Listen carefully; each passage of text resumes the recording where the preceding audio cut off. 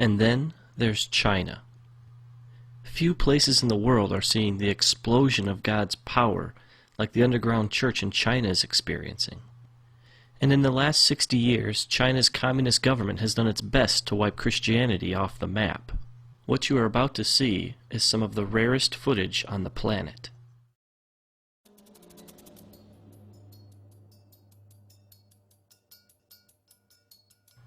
In this church, the people wake up at 4:30 to come together for 2 hours to pray and worship. They do this every day.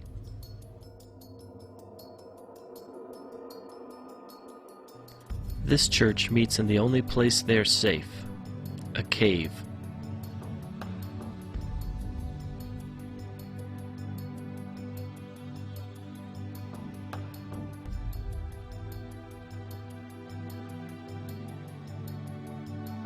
This church meets on a farm, far away from prying eyes.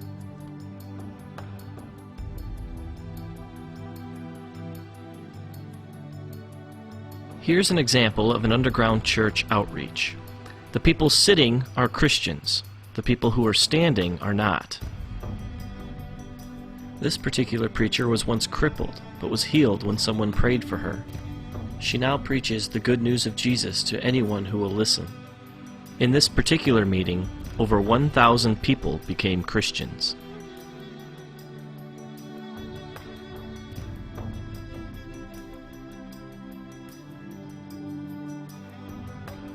Here Christians cast out demons from an 18-year-old girl. She's now a preacher. In Shanghai alone, there are over 3,000 house churches, just like this one. One thing Dennis pointed out to me was that most of the underground churches in China are actually led by young people. These kids have all come out of the communist system, and they want nothing to do with it. They only want to spread the love of Jesus to everybody they meet. This is a music school. Well, that's the cover anyway.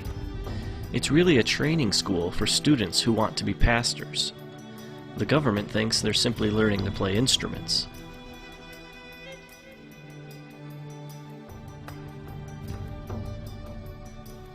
One thing I quickly realized about the Chinese church is that it's a lot different from the American one.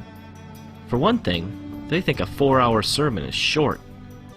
In this church service, it's 120 degrees inside the building. The people meet for 12 hours straight.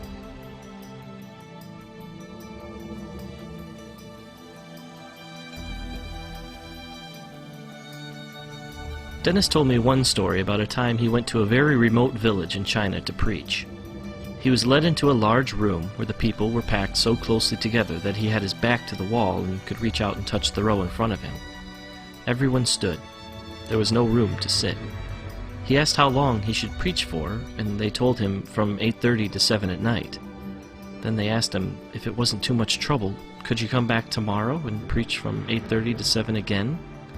And then, very sheepishly, they asked again, if you'd be so kind, could you come back the day after that and preach from 8:30 to 7? He asked how often he should take breaks, and they told him not to stop. The people will wait. Then he asked them what he should preach on. Everything, they replied, from Genesis to Revelation. And then it dawned on him. These people had no Bibles.